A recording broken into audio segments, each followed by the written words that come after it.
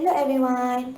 I wish you and your family doing well during this challenging time. I hope everyone stay safe and healthy. In this video, me and my group members will explain topic on section D, which is issue made by companies already quoted. These are my group members.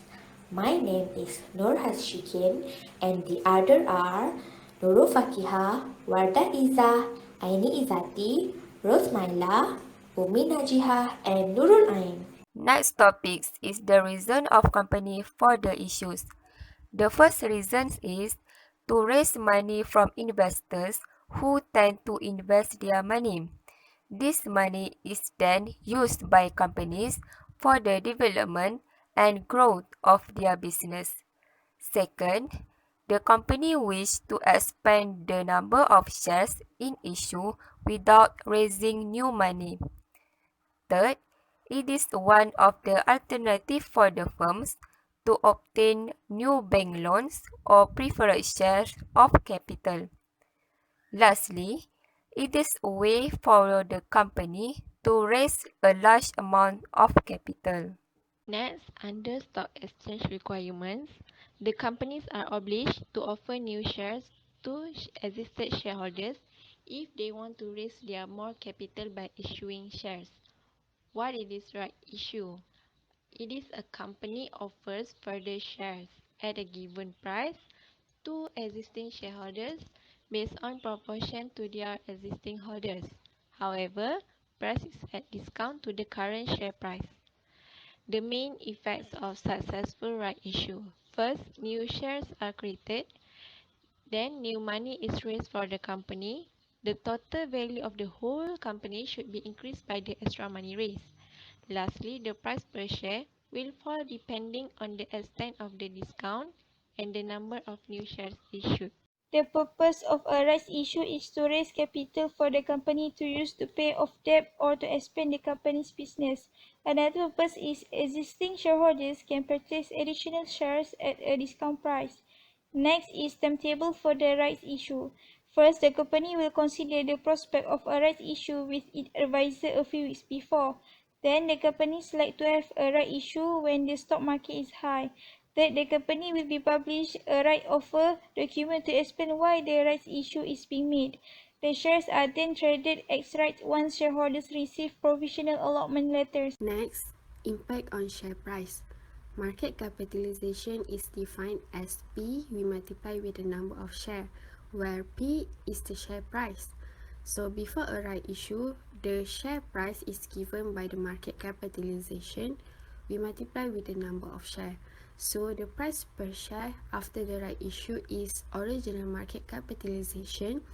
We plus with the extra value and then we divide with the total new number of shares. To estimate the right share price, it is necessary to estimate the extra value component in the above equation. So the factors incorporated within the extra value are: first, we need to plus the amount of new money raised by the right issues. Second, we need to minus the expenses of the issues. Third, we need to decide whether to plus or to minus the change in the value based on the market's revised perception of the company and the use to which the money is being put. Okay, next we will continue for the impact on share price. Okay, first point is ignoring expenses and ignoring the market's reaction. When we calculating the theoretical ex-rights price, it will occur when just the first of the three criteria listed above is taken into account when attempting to compute the price of the shares post at the right issuance. The theoretical price is the weighted average of P, which is the share price before the issue, and Q, the price at which the new shares are offered in the right issue. The extra share price will be below the original price because of the new shares are offered at a discount. Second point is allowing for the expenses and market reactions. It is impossible to calculate explicitly the market's reaction. Even the expenses item is easy to incorporate into the calculation.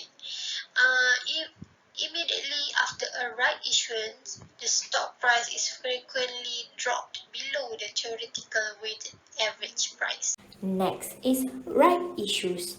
There are four possible courses of action for shareholders.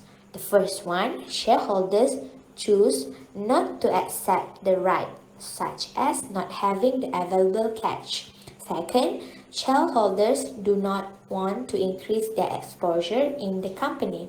Third, shareholders can sell their right. And lastly, they would sell it in their nil, which is paid right that difference between the ex-right share price and the right issue price. Okay, next we will talk about underwriting under right issue.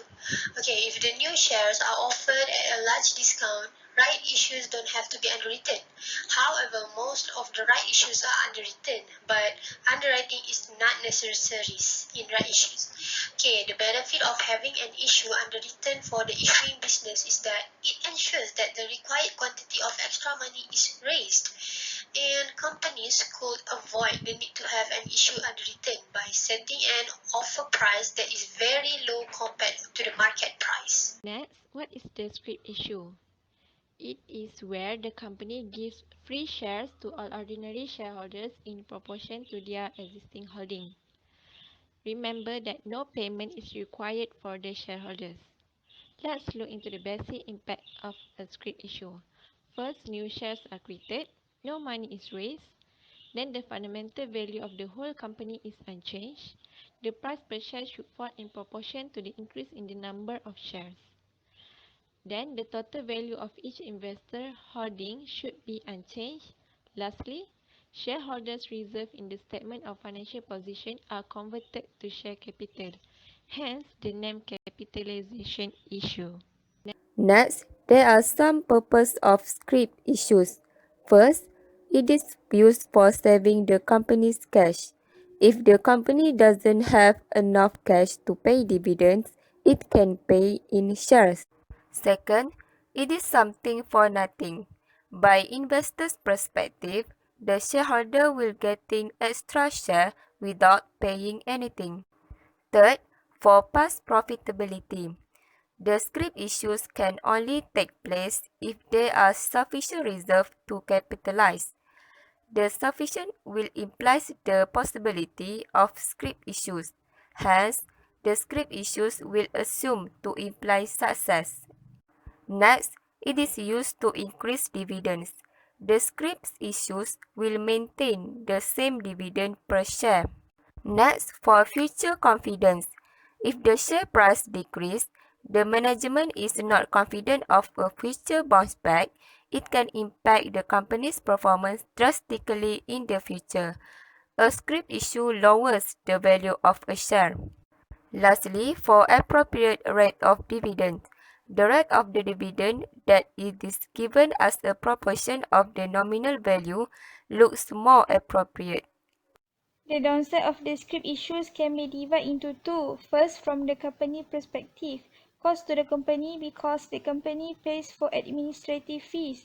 Second, from everyone else's perspective, cost to everyone else because when keeping track of dividends or share price, it needed to avoid the artificial effect of a scrip issue.